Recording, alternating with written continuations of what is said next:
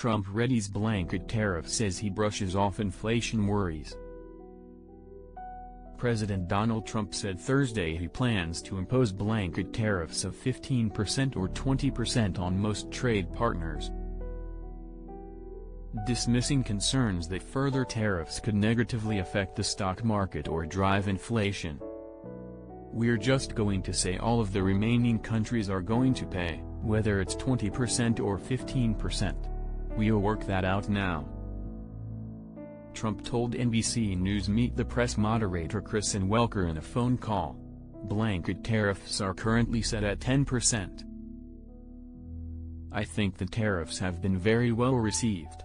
The stock market hit a new high today," Trump added. The S&P 500 closed at a record high Thursday, but that comes after a tumultuous few months for the U.S. stock market. After Trump announced his first wave of global tariffs on April 2, the S&P 500 experienced one of its fastest 20% drops on record over the following days.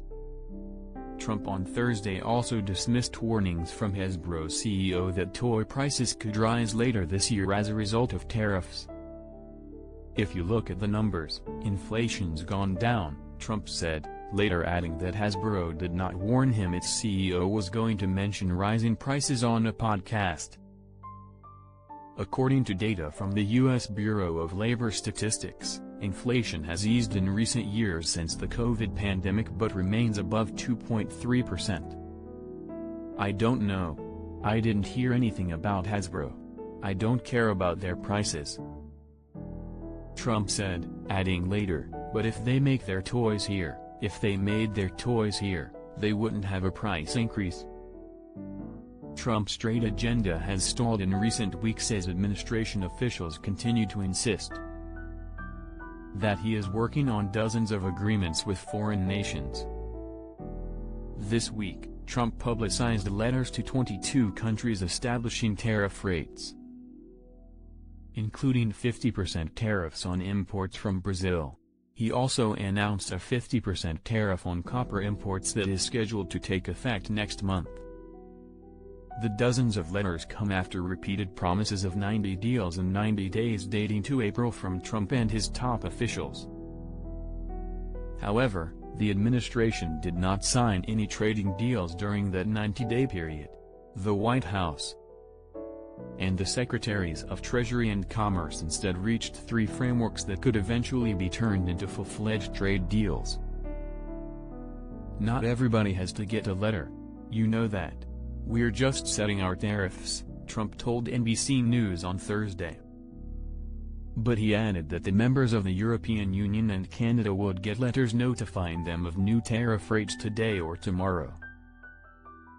"I'd like to do it today," Trump said, adding, "I'm talking European Union, which is, as you know, many countries, and Canada. We'll be putting them out over the next couple of hours."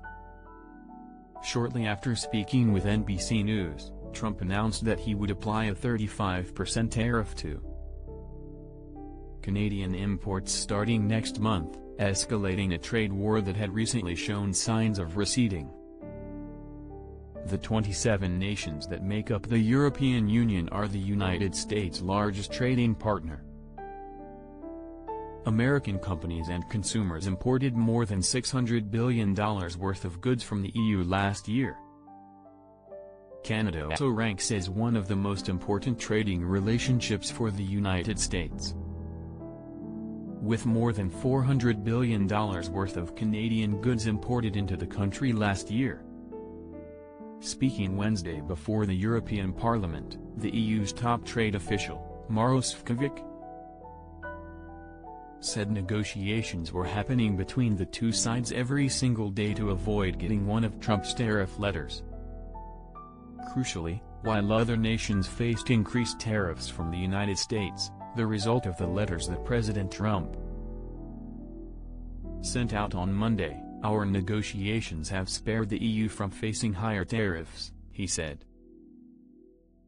The EU has more than $100 billion of retaliatory tariffs on standby that can be implemented quickly.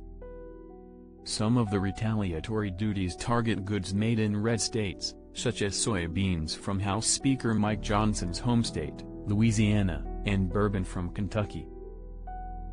Trump also spoke about the status of Russia's war with Ukraine, telling NBC News, "I'm disappointed in Russia.